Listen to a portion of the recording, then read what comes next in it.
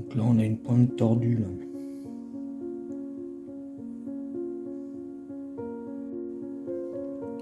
Toujours la pointe tordue.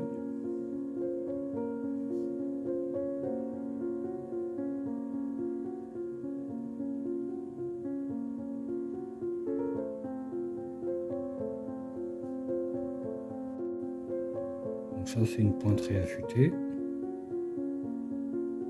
qui était tordue.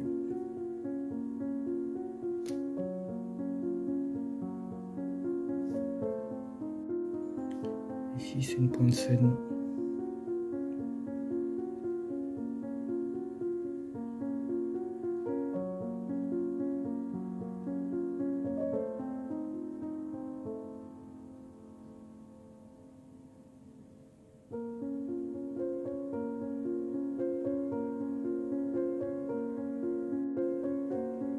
Là, l'ardillon avant retrait. Là. Donc là, l'ardillon après écrasement.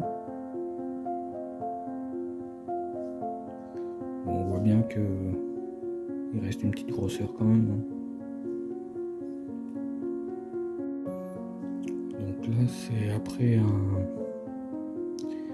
passage de pierre à aiguiser dessus, là, sur l'ardillon.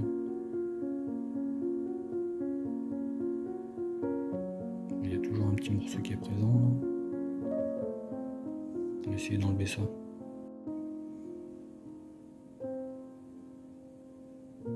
Là, il est juste écrasé en fait.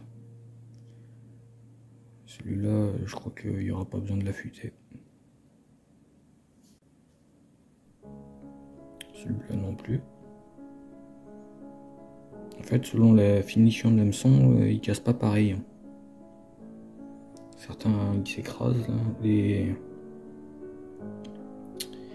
je connais pas la référence. J'ai des black nickel, là, des brillants et des mats. Les mats ils se cassent pas et les brillants ils se cassent.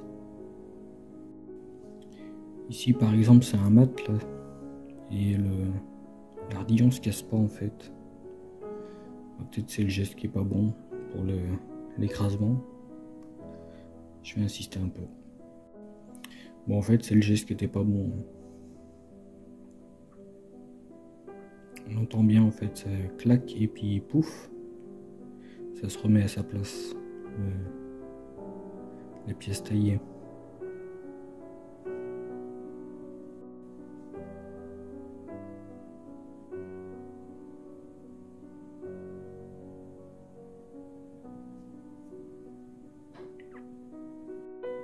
Ah, voilà les hameçons qui ont été dont on a retiré l'ardillon. Faites pas attention à la référence parce qu'en fait il y a deux références différentes dans le paquet là. C'est tous des Hayabusa mais des Bill 288, mais la fin de la référence il y en a des mats et des brillants. Donc j'ai ceux-là aussi dans ma boîte de pêche là. Et je vais vous montrer les pointes, vous allez voir c'est pas affûtable en fait. Par contre on peut peut-être retirer les ardillons, je vais regarder. Donc voilà la pointe. C'est clairement pas affûtable en fait, parce qu'on peut pas retrouver l'arrondi là. Je sais pas si on voit bien.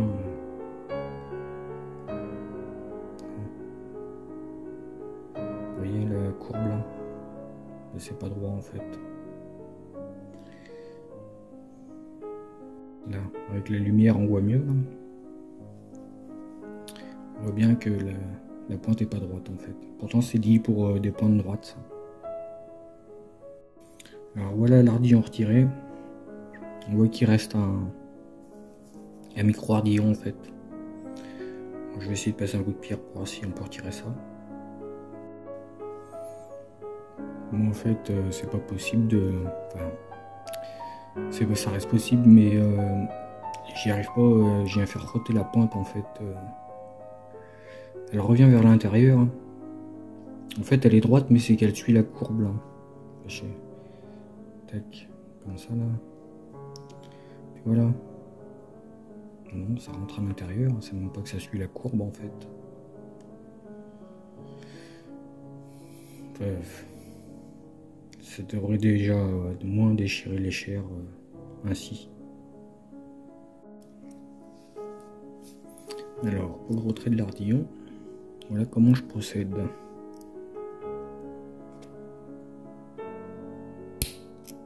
Tac.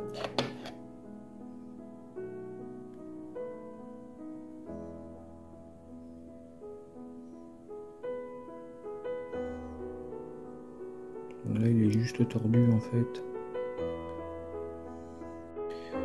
Bon voilà, en fait, il faut insister un petit peu pour réussir à retirer le morceau de métal une fois qu'il est cassé.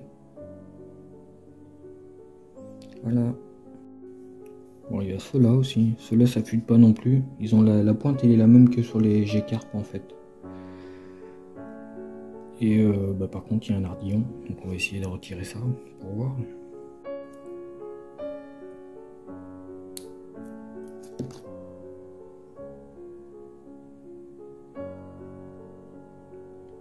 Bon, bah ça se casse assez facilement. Tiens, ils sont pas tout à fait en ligne ceux-là. Légèrement vrillé.